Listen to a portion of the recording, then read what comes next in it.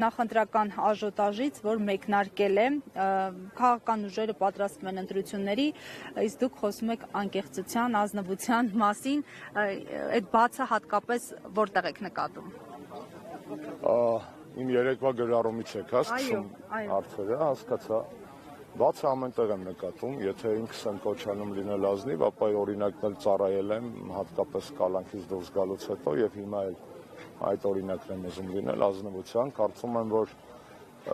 քանիցս ասել եմ, ընտրությունները օրացուցային քաղաքական միջոցառում են, որոնք տեղի են ունենալու վաղ թե ուշ, ամանորի նման կամ ապրիլի 7-ի նման, դա օրացույց է, դա տեղի է ունենալու եւ դրան պատրաստվելուն զուգահեռ ինձ համար մի քիչ տարակուսելի է, որ այնուհանդերձ առաջին պլանում քաղաքական օրակարգում այս պահին որպես հավաքական ընդդիմության օրակարգ չեն գտնվում այնպիսի հարցեր, ինչպիսին են հավուր պատշաճի բարձր մակարդակի, չեն գտնվում այնպիսի հարցեր, ինչպիսին են առաքելական եկեղեցու պաշտպանությունը նիկոլական հարձակումներից, ինչպիսին է քաղբանտարկյալների ազատության համար պայքարը, ինչպիսին է Հայաստանի ներսում եւ Հայաստանի շուրջ հյուսվող գեոպոլիտիկ սարդոստայնի գնալով ավելի խտացող վտանգները եւ բազմաթիվ այլ հարցեր, որոնք ընտրությունների ենք պատրաստվում ձևակերպման զուգահեռ, այնուհանդերձ պահանջում են առաջնահերթ գործողություններ, որովհետեւ կարող է ընտրությունները լինեն այն պահին, որ արդեն ուշ լինի։ Բոլորը խոսում են դրանց։ Այո, Արցախն էլ է խոսույցից դուրս եկել ու բազմաթիվ այլ խնդիրներ կան, որոնք որ ես չեմ կարող բացատրեմ, կամ եթե ինձ բացատրում են, ես չեմ կարողանում համակերպվել այդ բացատրության հետ, թե ինչու ընտրություններին պատրաստվելը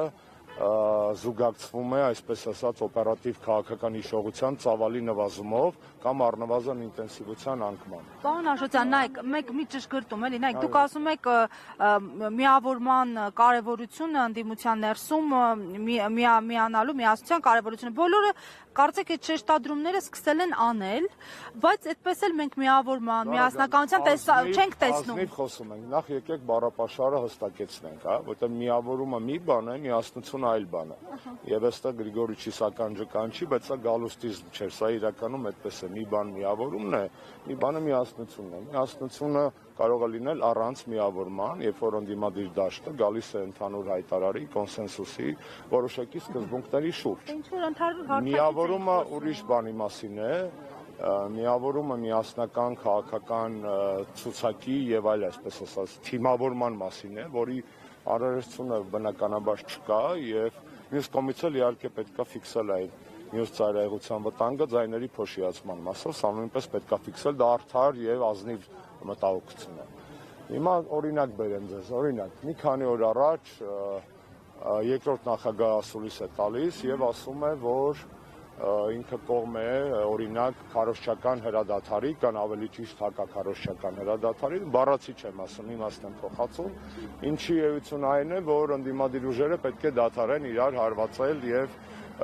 կենտրոնանան բացառապես Նիկոլ Փաշինյանի վրա։ Շատ լավ։ Ընդունեցի երկրորդ նախագահի գնահատականը եւ մոտեցումը։ Միաժամանակ տառացիորեն 3 երկրորդ նախագահի քաղաքական ճամբարի ներկայացուցիչներ, կոնկրետ մեկ ներկայացուցիչ, խոսքը չի գնում, գիտեք, արդեն գարշահոտություն տարածող տելեգրամյան ալիքների կամ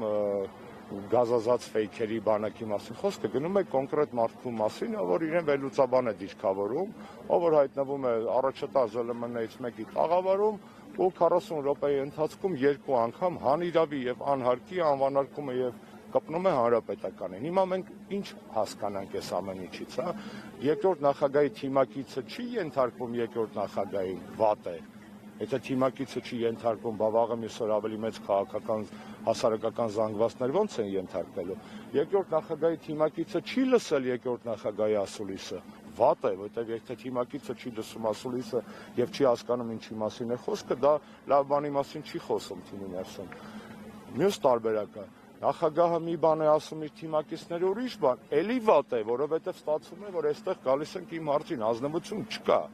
Եվ սա վառ օրինակ էր, ավելի բաց ասեմ, ես այդ երեկվա հարցազրույցից հետո գրեցի, որ ազնվության պակաս կա։ Եկեք անենք այն, ինչ որ ասում ենք, եւ խոսենք նրա մասին, ինչ որ անում ենք, եւ խոսքի եւ գործի միջև չլինի այն խոր անդունդը, որը որ հիասթափեցնում է ոչ միայն ընդդիմադիր դաշտի հիմնական դերակատարներին, ինչպեսին օրինակ հանրապետականն է, այդ հələ ոչինչ հիասթափեցնում է հասարակությանը, ինչի իրավունքը հատկապես այն ուժերը, որոնց ուշք ու միտքը արդեն բացառապես ընտրություններն են, զուտ էլեկտորալ տեսակետից շահ եւ իրավունք չունեն այդպես վարվելու։ Պարոն Աշոտյան, դուք խոսեցիք ձայների փոշիացման մասին, նշելով, որ դա շատ կարևոր է։ Ներկա պահին այն ուժերը, ովքեր հայտարարել են, որ մասնակցելու են ընտրություններին, ում եք համարում, որոնց եք համարում, որ ունակ են ձայները։ Ես համարում եմ, որ դա արդիական հարց է, բայց այդ հարցի պատասխանը առնվազն իմ շուրթերից կոռեկտ չէ, որովհետև ես ասում մենք քիչ ենք, բայց մեզ հանրապետական են ասում, մենք մեզ ոչ մեկից չենք գերադասում։ Հետևաբար իմանալով եւ մեր արժանինքները բազում եւ որոշ մարդկային թուլություններ ներելի որպես կանոն այլևս ես կարող եմ ասել, որ ճիշտ չեմ համարի իմ գործընկերների մասին, որոնց մի մասը ընկերներ են հրապարակավ խոսելու։ Կարծում եմ դա իրենց թիմերի եւ քաղաքական վերլուծաբանների հարցն է, մատնանշել հարցեր։ Եթե կարիք լինի անձնական զրույցներում խոսել, կխոսեմ, բայց կներեք ինքս ասացի եւ ինքս եմ ուզում շարունակել։ Այսօր առավոտյան արթնացանք, այսպես ասած, զարհուրելի հերթական լուրով Արշակ Սրբազանի կալանքը եւս 2 ամսով երկարաձգել է։ Դա պարզապես խայտառակություն է այդ զավեշտի գործով։ Երբ որ կողքը դնում ես այդ ԵԽԽՎ մոնիտորինգային զեկույցի վերջերս հրապարակածները, դա պարզապես ու արդեն չես զարմանում, թե լավ, այսպես ասեմ, երբեք այդ խորհրդարանական ձևաչափի հայերեն հապավման մեջ այդքան խեները արդարացված չեն եղել։ Շատ տեղին է այդ ԵԽԽ աբրևիատուրան հաշվի առնելով իրենց կույր, համր եւ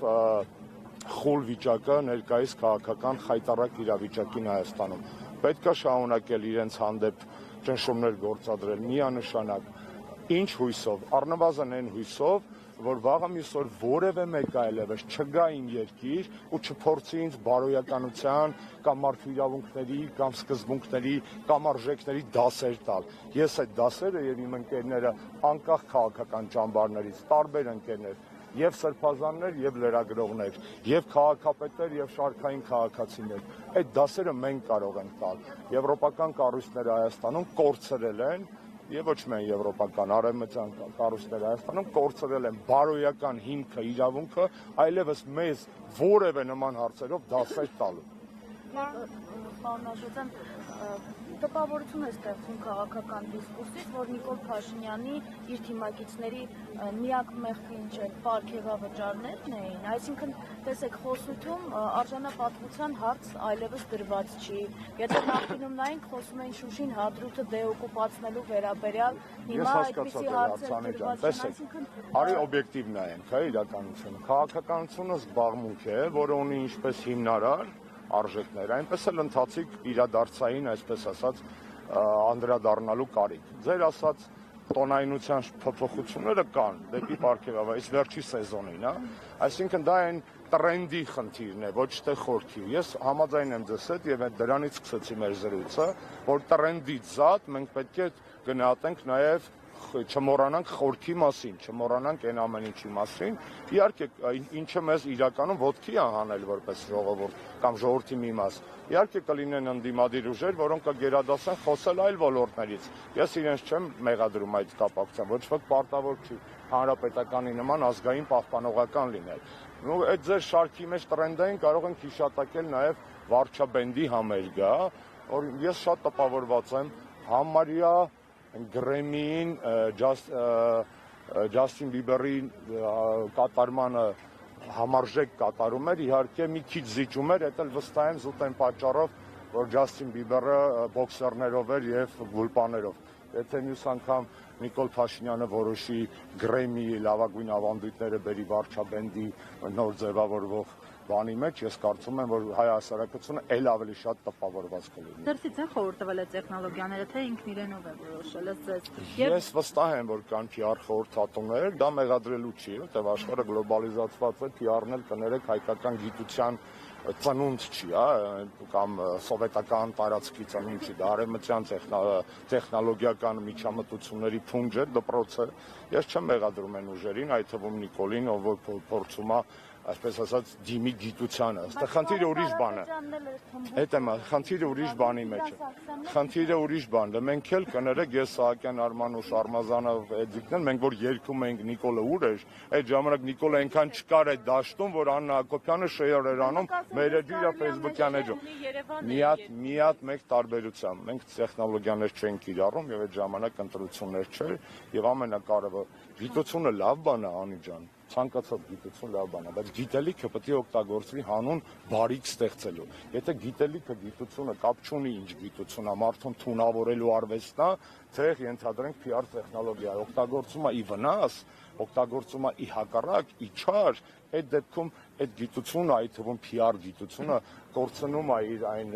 համբավը, այն կոչումը, ինչի համար, այն առաքելությունը, ինչի համար այն կոչված է։ Եվ ազդեցությունը, որովհետև ակնհայտ է, ես քեզ կատակ տենց Հեգնեցի Ջասթին Բիբերի, այսպես ասած, եւ Նիկոլ Փաշինյանի զուգահեռների վրա, բայց դառը ճշմարտություն կա այդտեղ, էլի ես չեմ զարմանա, որ մի օր էլ Նիկոլը որոշի, այո, ընդօրինակի ենթադրենք Բիբերի սցենիչսկի օբրազը, էլի։ Պարոն Աշոտյան, էսթետիկայի մասին չենք խոսում, որտեղ երգել այդ նվագելն էլ երգերն էլ արդեն բավարար է, որ էսթետիկայի մասին առհասարակ մոռանանք։ Արցախի խոսույթի մասին նշեցիք, որ մեր օրակարգից դուրս է մնացել։ Նիկոլ Փաշինյանը ամեն անգամ, երբ անդրադառնում է Արցախյան հարցին, նշում է, որ ես մեր հայրենակիցներին ասել եմ, որ Ղարաբաղյան շարժումը չպիտի գոյություն ունենա եւ եթե համաձայն չեք, հեղափոխություն արեք եւ ասում աշխարհում չեք գտնի որևէ մեկ այլ ղեկավարի, ով կասի, որ դուրս եկեք հեղափոխություն արեք, եթե համաձայն չեք։ Հիմա արցախցիները պիտի հեղափոխություն անեն կամ պիտի դուրս գան փողոց։ Ստոպ։ Կներես որ ստոպ եմ ասում։ Դա արցախցիների խնդիրը չի միայն։ Իհարկե բնական է, որ մենք ասում ենք արցախցիներ, բայց արցախյան շարժումը հայ ժողովրդի զավակն է։ Մենակ հայ ժողովրդի արցախյան հատվածի զավակը չի։ Այսինքն ֆռալ ասել Ղարաբաղցիք դե դավայցե ձեզ ենք սպասում, դուք եք կորցրել մենը։ Չէ, իրանք կորցրել են լավ, իրանք գերեզմանները, իրանք տները, իրանք օջախները, բայց հայրենիք կորցրել ենք բոլորս։ Ես Դադիվանք եմ կորցրել։ Ես կորցրել եմ Ստեփանակերտի այն գողտրիկ իմ ընկերների տները, որտեղ կարողանում եք երեկոյան թեյ խմել եւ զրուցել ամեն ինչի մասին։ Լիքը մար, լիքը բան է կորցրել, հա։ Ինչ վերաբերում է Նիկոլի այդ բանը, տիպը չեք ուզում հեղափոխություն արեք, Սադամ Հուսեյնն էլ վստահաբար որ նայեմ իր հինգելիքները կգտնեն մի տենց կտոր, որտեղ ասում էր դե բանը չաղ ու բախտավոր է Իրաքի ժողովուրդը, եթե տես չլներ ինձ կհանեին։ Վստահ եմ Քադաֆին էլ, որ իր շատյորները խփում էր Փարիզի, Մարսի դաշտերում կամ Ելիսեյան դաշտերում, վստահաբար հաստատ նման մի բան ասած կլներ։ Այսինքն այդ բոլորը այնպես շուտ է անցնում, հա, եւ ես որպես իշխանության մեջ եղած մարդ, ես գիտեմ ինչ է նշանակում հարբել իշխանությունից, ես գիտեմ ինչ է նշանակում կտրել ոտքերը իշխանությունից, ես գիտեմ ինչքան դաժան է հետո վերադառնալ այդ հողի վրա, եւ ես գիտեմ ինչքան կարեւոր է հետո երբեք չփոկվել այս հողից։ Ցավոք սրտի Նիկոլ Փաշինյանի պարագայում, եթե արդար ճանապարհով չլինի, արդարության վերականգնումը կներեք տավտոլոգիայի կարծես թե, բայց ճշմարտությունը դա է, ապա Նիկոլ Փաշինյանը կարող է Օլիմպիական միշկայի նման թռնի ի նիվերնուցը, էլի այս վիճակը լինի։ Շնորհակալ եմ։ Հեսա վերջին հարցը, արդեն նախորդ էր իմ համար վերջինը։ Շատ լավ, երբ ինչ է կարծում, Սերժ Սարգսյանն էլ էր իրականությունից կտրված, երբ ասում էր ինչքան ուզենք, այդքան կխփենք։ Սա ևս իրականությունից կտրվելու մասին է խոսքը։ Շատ առաջին հայացքից այնպես լավ հարց եք տալիս, իրականում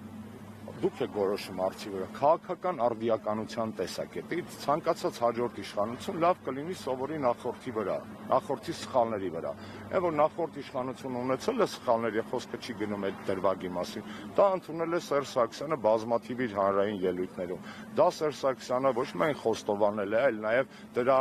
շտկման ուղղությամբ հանրապետական աշխատանք է վարել։ Ուզում եք շատ ազնիվ, տենց ազնիվով սկսեցինք, ազնիվով ավարտենք։ Չկա ավելի լավ իշխանություն, քան նախկինում իշխանություն եղած ընդդիմության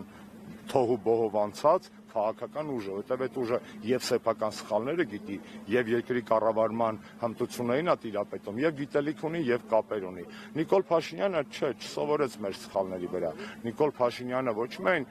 հազարապատկեց մեր սխալները, այլ նաեւ այդ սխալները վերածեց հանցագործությունների։ Սխալները ներելի են, մարդկային են, հանցագործությունները ոչ։